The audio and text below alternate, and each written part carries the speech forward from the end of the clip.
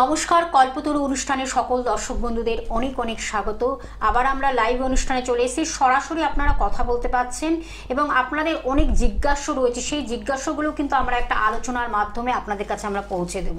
অনেকে ফোন করছেন এবং ফোনে অনেক কিছু আপনাদের বলা আছে এবং অনেক কিছু আপনাদের কি বলবো, অনেক কিছু জিজ্ঞাসা রয়েছে, যেই জিজ্ঞাসাগুলো কিন্তু আপনাদের মনের ভেতরে রয়েছে। সেই মনের ভেতর থেকে কিভাবে আমরা সেটাকে বের করে এনে আপনাদের কাছে সেটা পৌঁছে দেবো, নিশ্চয়ই আমরা করব সেই কার্যটি। তখন আমাদের অনুষ্ঠান সেইভাবে কিন্তু আমরা সাজাই যে আপনাদের মনের কথাগুলোকে আমরা ব্যক্ত করব এবং কিভাবে একটা সমাধান পাওয়া যায়, সমস্যার সেই সমাধানটা পাওয়া যায়, সব কিছু আপনাদের কাছে আমরা পৌঁছে দিচ্ছি। আমি একটু বলে নেব যিনি আমাদের সঙ্গে উপস্থিত রয়েছেন, সুব্রত চক্রবর্তী মহাশয়। তার সম্বন্ধে আমার কিছু বলতেই হয়, যদিও আপনারা অনেকটা এই বিষয়ে অবগত, তবু আমার একটা বলাটাও আমার একটা কর্তব্য।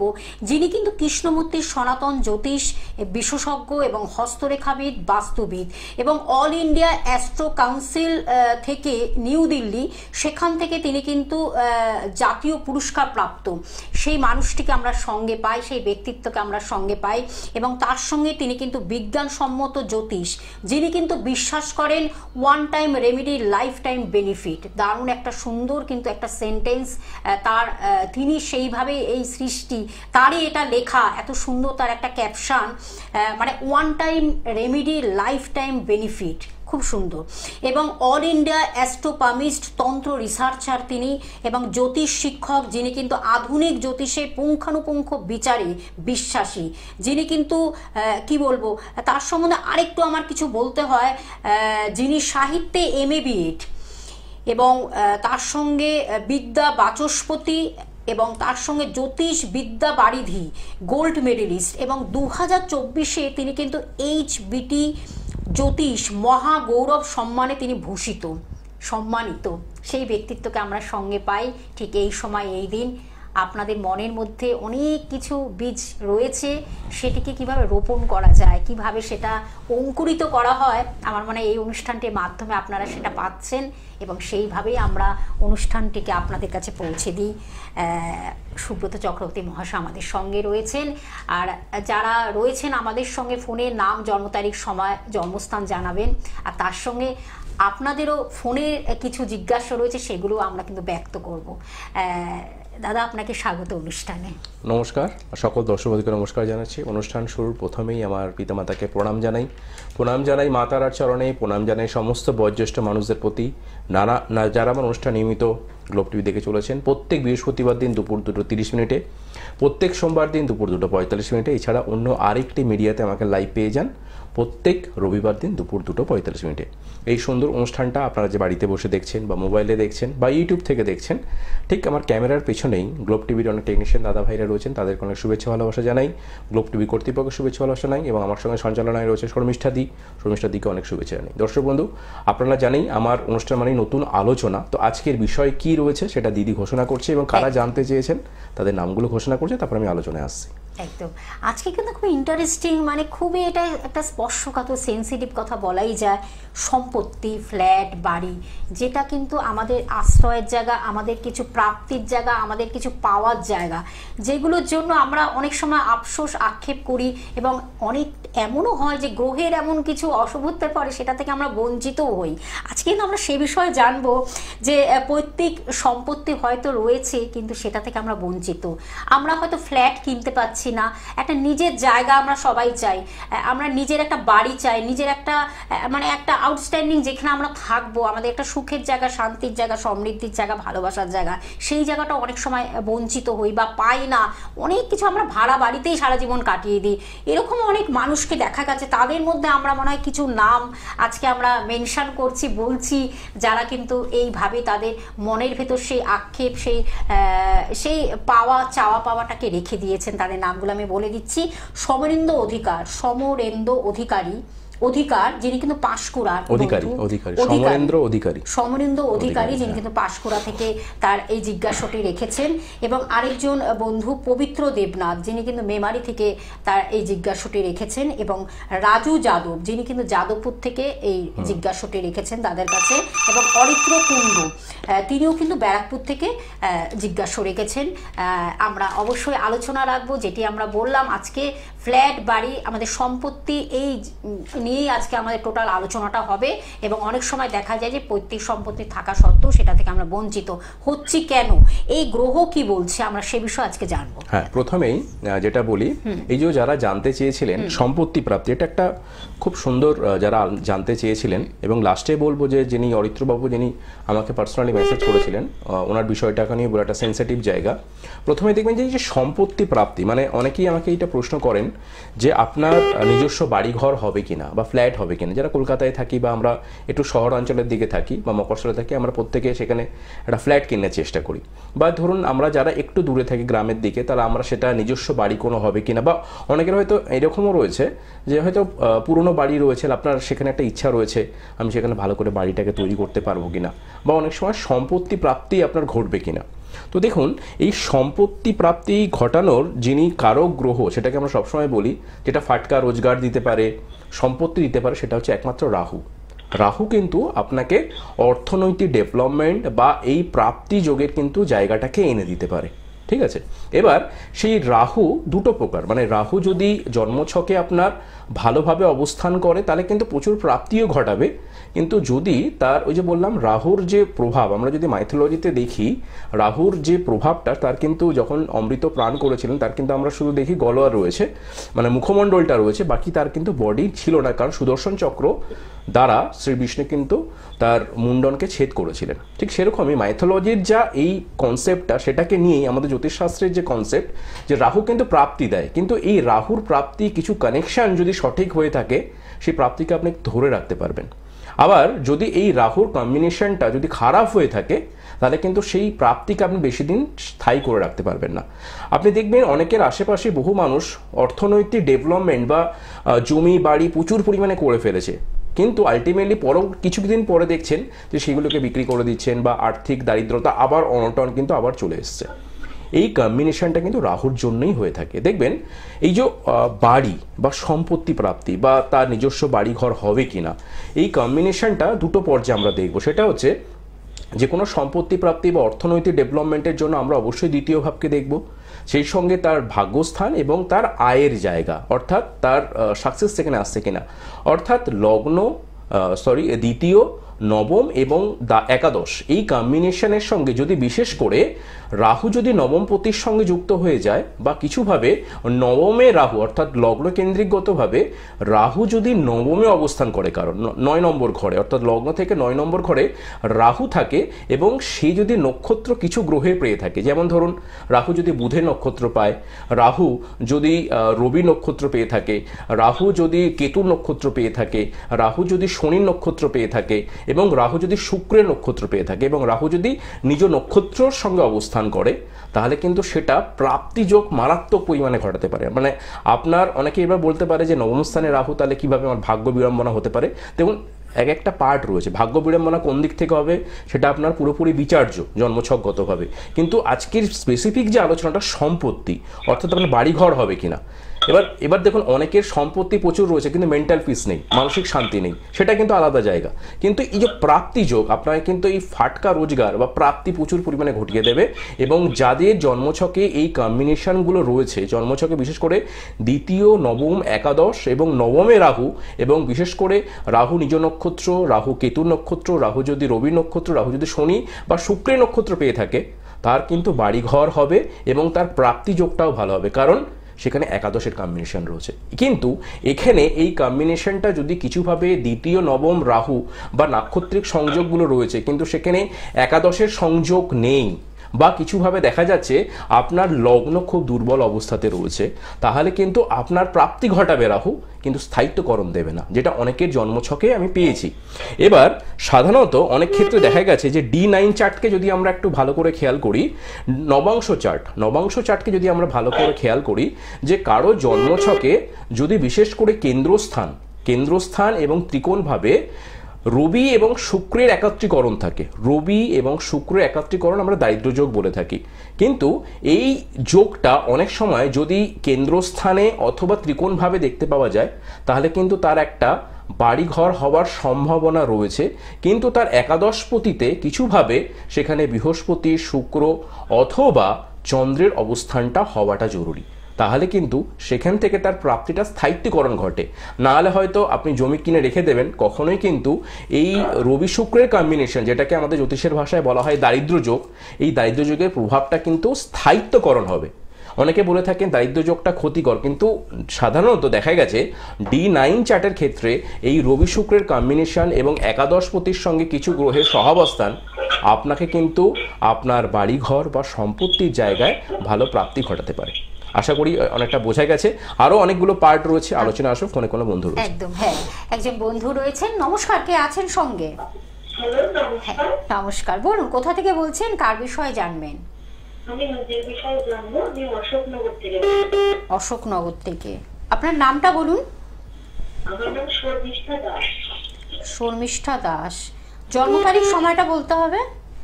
জন্মের সময় হচ্ছে 29শে নভেম্বর 1991।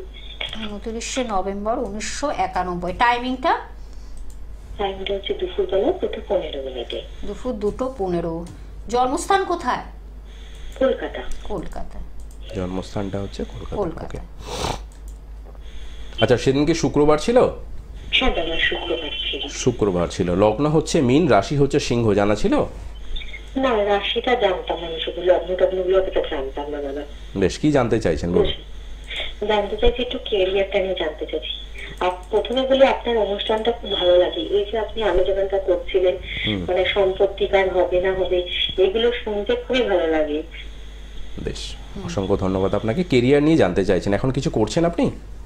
বর্তমানে দাদা আমি করছি, মানে একটু জ্যোতিষশাস্ত্র নিয়ে, মানে এই মাস দুইগুলো একটু পড়াশোনা করছি, তার পাশাপাশি মানে চাকরির চেষ্টা করছি। আচ্ছা, আপনি মনে হয় এর আগেও কথা হয়েছে আপনার সাথে? না, কখনো কথা হয়নি দাদা, মানে খুব ইচ্ছা ছিল আপনার সঙ্গে কথা বলার। আচ্ছা, ঠিক আছে। দেখুন, লগ্নগতভাবে যা পজিশন দেখতে পাচ্ছি ভালো, আপনার শনির পজিশনটা কিন্তু ভালোই রয়েছে। ঠিক আছে, আপনি জ্যোতিষশাস্ত্র নিয়ে এগোতে চাইছেন, এগোন। ঠিক আছে, এটা ভালো জায়গা। এবং সেই সঙ্গে যেটা কর্মের জন্য আপনি চেষ্টা করছেন চাকরির জায়গায়, চাকরি প্রাপ্তি কিন্তু রয়েছে। কিন্তু ব্যাপারটা হচ্ছে এই সময় ক্ষেত্রে আপনার যে দশা অন্তর্দশা দেখা যাচ্ছে, তাতে কিন্তু একটা পরিস্থিতি এমন তৈরি হবে যে একটা দোদুল্য মানতায় কিন্তু ভুগতে হতে পারে। ঠিক আছে, তো কি করবেন না করবেন সেই জায়গা থেকে একটা মনের মধ্যে খামতি থাকবে যে আমি কি করণীয়, বা এই সময়টা দেখা যাবে দশা অন্তর্দশাগতভাবে আপনাকে হয়তো কিছুটা যে মানে এক কথায় যেটাকে বলা হয় বাড়িতে বসে থাকার বিষয়, সেই বিষয়টা করিয়ে দেবে। কিন্তু ডিসিশন আপনাকে নিতে হবে কিছু একটা। তবে আপনি যদি জ্যোতিষশাস্ত্র নিয়ে এগোতে চান, অবশ্যই এগোতে পারবেন, কারণ আপনার জন্মছকে শনির পজিশন খুব ভালো রয়েছে, বুধ খুব ভালো রয়েছে, বৃহস্পতি ভালো রয়েছে। কিন্তু আপনার মধ্যে যে বিষয়টা একটু থাকতে পারে প্রচণ্ড পরিমাণে দোদুল্য মানতা, কোন দিকে আমি এগোবো বা না এগোবো। ঠিক আছে, সেই বিষয়টাকে একটু ঠিক করে নিয়ে আপনি কনসেপ্টটাকে নিয়ে আপনি এগোন, তাহলে দেখবেন অনেক জায়গায় ভালো হবে। ঠিক আছে দিদি? আচ্ছা, বলছিলাম একটা কথা জিজ্ঞাসা করতে। বলুন বলুন বলুন। একটু আজকে সম্পত্তি প্রাপ্তি নিয়ে বলছিলেন, তো যদি আমার এটা দেখে একটু বলবেন যে আমার কোনো ধরনের সম্পত্তি প্রাপ্তির যোগ আছে কি? আচ্ছা, সম্পত্তি প্রাপ্তির যোগ আছে কিনা দেখুন। সম্পত্তি প্রাপ্তির জন্য প্রথমে যেটা আমি বলেছিলাম আজকে যে লজিকটা, সেটা হচ্ছে দ্বিতীয় নবম একাদশ রাহুর কম্বিনেশন। দেখুন, দ্বিতীয় নবম একাদশের সঙ্গে রাহুর কম্বিনেশন একটা রয়েছে, কিন্তু দেখুন সেই রাহু কিন্তু নক্ষত্রগতভাবে কিন্তু কিছুটা অশুভ। তবে এটুকু আপনাকে বলতে পারি, আপনার এমনি পৈতৃক দিক থেকে যতটুকু প্রাপ্তি বা মা বাবার দিক থেকে যতটুকু প্রাপ্তি আপনি পাবেন, কিন্তু ওর বেশি কোনো কিছু কিন্তু আশা করা যাবে না। কারণ যেভাবে আপনার রাহুর যে নাক্ষত্রিক কম্বিনেশন হয়েছে, তাতে হয়তো আপনাকে ওই মোটামুটি চলে যাবে, যে খুব হাইফাই খুব লাইফস্টাইল হবে সেরকম নয়। মানে এটা হচ্ছে আপনার পিতামাতার আশীর্বাদ বলুন বা সবার আশীর্বাদ বলুন, গুরুজনদের, আপনার মোটামুটি সম্প্রতি থাকবে। খারাপ কোনো কিছু নয়, আমি নেগেটিভ কোনো কিছু পাচ্ছি না। তবে প্রাপ্তিযোগ আছে। ঠিক আছে, প্রাপ্তিযোগ অবশ্যই হবে, অবশ্যই পারবেন। কারণ যেহেতু রাহুর যে কম্বিনেশনটা রয়েছে, দ্বিতীয়ের সঙ্গে একটা কম্বিনেশন ঘটেছে রাহুর, এবং সেই সঙ্গে হচ্ছে শুক্রের নক্ষত্র অবস্থান করছে, তার মানে নিজেও কিছু করতে পারবেন এবং পৈতৃক দিক থেকে বা মাতৃকুল থেকে আপনি অনেক কিছু পাবেন। ঠিক আছে, অবশ্যই। ধন্যবাদ।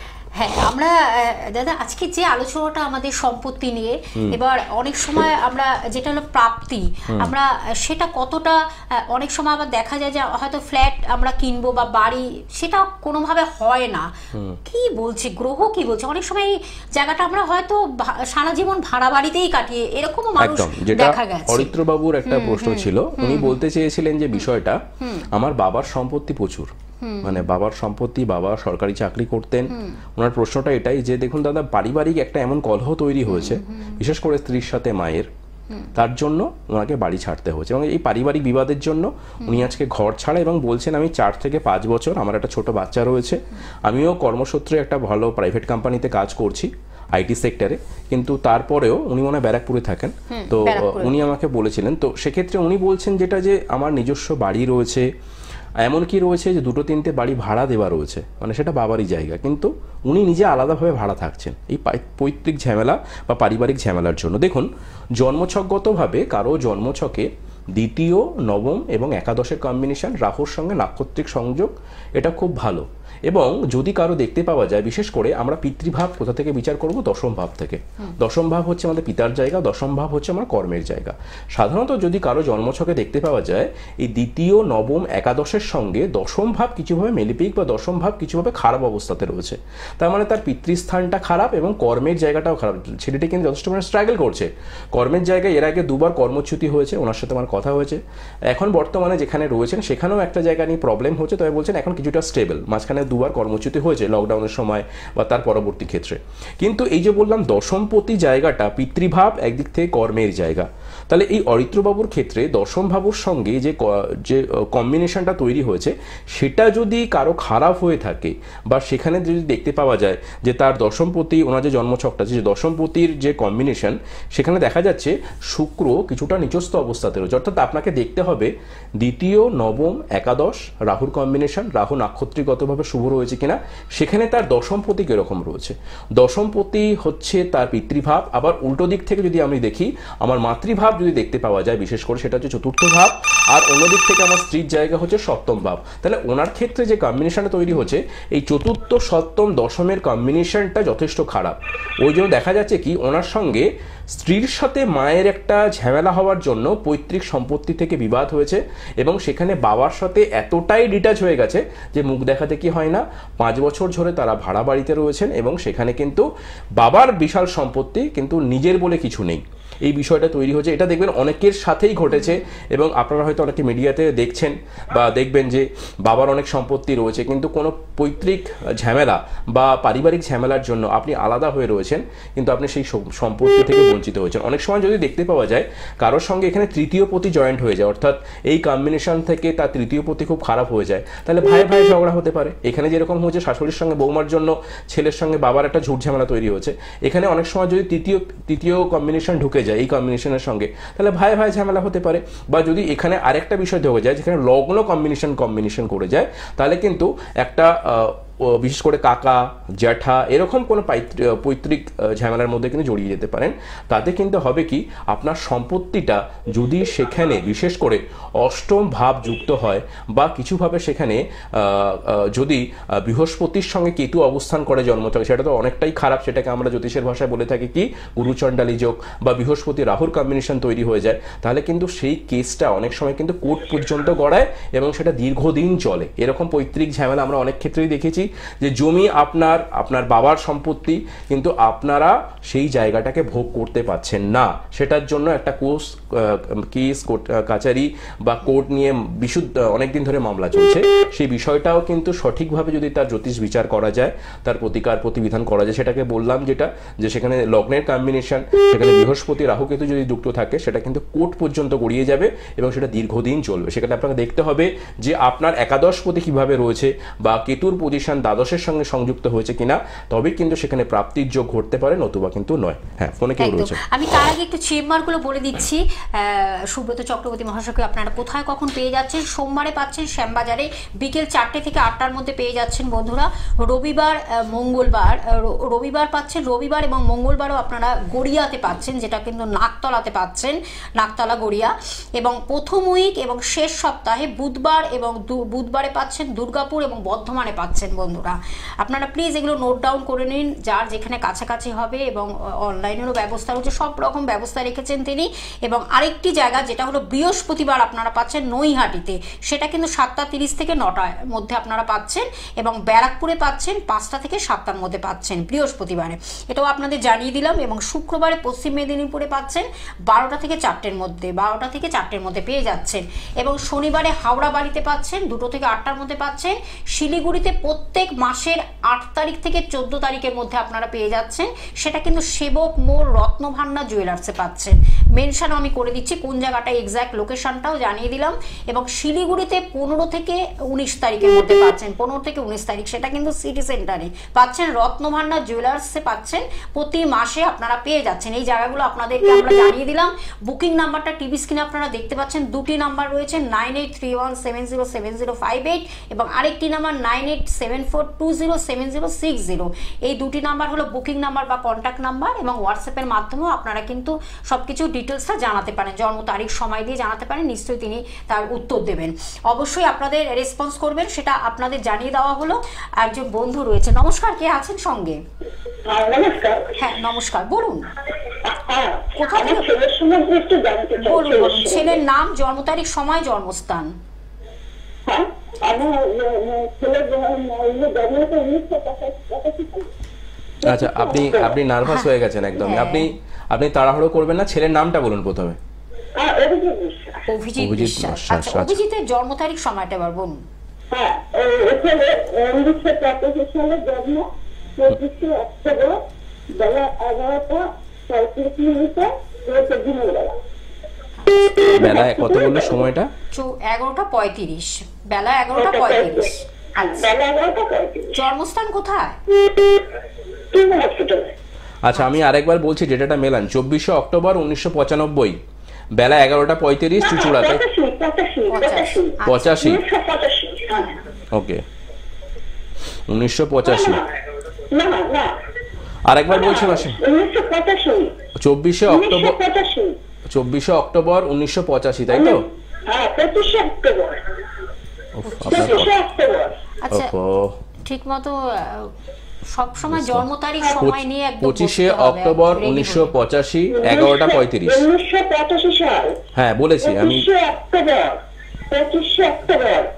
ওকে ওকে, কি প্রশ্ন কি? আপনার প্রশ্ন কি? আর এটা 35 জন্ম, আর জন্মস্থান হচ্ছে কেন্দ্র হসপিটাল। হয়ে গেছে, আপনার প্রশ্নটা রাখুন। হ্যাঁ, এবার ছেলের সম্বন্ধে একটু জানতে চাই। কি জানতে চাইছেন? ছেলের সম্বন্ধে তো বিশাল লাইফ, কি জানতে চাইছেন? হ্যাঁ, বিয়ের সম্বন্ধে একটু জানতে চাই। বিয়ে নিয়ে জানতে চাইছেন। ধনু লগ্ন আর রাশি হচ্ছে কুম্ভ রাশি, ঠিক আছে? হ্যাঁ হ্যাঁ। আচ্ছা, বিয়ে নিয়ে জানতে চাইছেন। বিয়ে কি হয়েছে? বিয়ে নিয়ে জানতে চাইছি। বিয়ে কি হয়েছে ছেলের?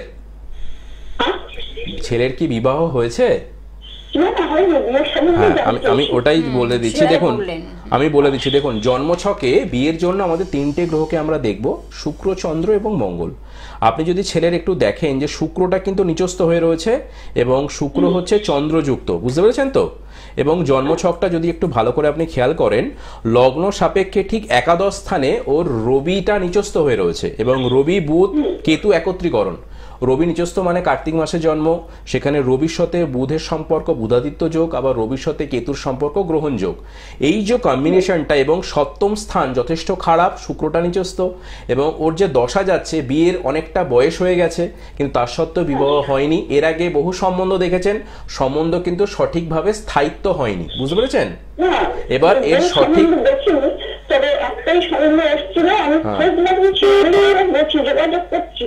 হবে না, ওর বিয়ে সহজে কিন্তু হবে না। আমি বলে দিই মাসিমা, ওর বিয়ে কিন্তু সহজে হবে না। কেন? ওর সপ্তম পতির যতক্ষণ না আপনি প্রতিকার প্রতিবিধান করতে পারছেন ততক্ষণ কিন্তু বিয়েটা হবে না, এবং বিয়েটা কিন্তু আরো লেট দেখাচ্ছে। এবং যতটুকু জন্মছককে যদি আমরা সঠিকভাবে রেকটিফাই না করতে পারি, ওর বিয়েটা কিন্তু আরো লেট হবে, বুঝতে পেরেছেন? সপ্তম পতির একটা প্রতিকার প্রয়োজন রয়েছে, কারণ ওর জন্মছকে সপ্তম পতি খারাপ, শুক্রটা নিচস্থ এবং সেই সঙ্গে হচ্ছে রবিটা নিচস্থ, বুঝতে পেরেছেন? এই সপ্তম পতির ভাবকে যতক্ষণ না প্রতিকার প্রতিবিধান করছে, ওর কিন্তু বিয়ে হবে না। যেটা হতে পারে এখন ক্ষেত্রে, বিয়ের কথাবার্তা হয়ে এগোবে না, বা আপনাদের দিক থেকে রেসপন্স থাকলে মেয়ের বাড়ির দিক থেকে কোনো রেসপন্স আসবে না। এটা অনেক ছেলেদের সাথে হয়ে থাকে। কারো জন্মছকে যদি সপ্তম পতির সঙ্গে দ্বিতীয় পতি খারাপ অবস্থাতে থাকে, বা সপ্তম পতির সঙ্গে একাদশ পতির কম্বিনেশন যদি খারাপ হয়, তাদের কিন্তু বিয়ে হয় না। এর জন্মছকে কিন্তু এই কম্বিনেশনটা রয়েছে। আপনি ভালো জ্যোতিষী পরামর্শ গ্রহণ করুন, এটার প্রতিকার প্রতিবিধান রয়েছে। একদম। ফোন নাম্বারটা লিখে দিন, আপনি অবশ্য বুকিং নাম্বারের মাধ্যমে যোগাযোগ করে চলে আসুন 9831707058 এবং আরেকটি নাম্বার 9874207060। একদম আমাদের সময় শেষ, বিদায় নিতে হবে। পরবর্তী লাইভ অনুষ্ঠানে যাওয়ার আগে শুধু একটা জাস্ট আমি বলে দিই যে ধরুন এই যে আমি 3টে রাশির কথা বলছি, তাদের দেখবেন সম্পত্তি নিয়ে প্রচুর ভোগান্তি থাকে। সেটা হচ্ছে কি, মেষ রাশি, কর্কট রাশি, ধনু রাশি এবং বৃশ্চিক রাশি। এই যে 4টে রাশি, তাদের জাতক জাতিকাদের আপনি একটু খেয়াল করবেন, আপনি যদি এই রাশির হয়ে থাকেন তাহলে কিন্তু আপনার সম্পত্তি প্রাপ্তি বা কোথাও গিয়ে নিজের একটা আক্ষেপ তৈরি হওয়া পরিবারের সাথে, বা অনেক সময় ভাড়া ঘরে জীবন কাটিয়ে দেওয়া, বা যদি আপনার জমিও থাকে, ইচ্ছা আছে মনের মধ্যে বাড়িঘর করব কিন্তু করতে পারবেন না। এই যে মনের মধ্যে ইচ্ছা রয়েছে বাড়িঘর করতে পারবো কিনা, বা আমি করার চেষ্টা চলেছে কিন্তু হচ্ছে না, তার জন্য কিন্তু ভালো জ্যোতিষ পরামর্শ গ্রহণ করুন। এবং এই জন্মছকগতভাবে D9, D38 এবং D1 চার্টের যে কম্বিনেশনগুলো প্রথমে আলোচনা করলাম সেগুলোকে কানেকশন করুন, এবং অবশ্যই কিন্তু রাহুকে দেখুন নবমের সময় কি কম্বিনেশনে রয়েছে। নেক্সট এপিসোডে দিদি আবার হয়তো নতুন বিষয় নিয়ে আলোচনা করব। আলোচনায় থাকবো, আপনারা সঙ্গে থাকুন লাইভ অনুষ্ঠানে। একদম সময় শেষ, তো অনেক ধন্যবাদ, আজ এই পর্যন্ত। সবাই ভালো থাকবেন, নমস্কার।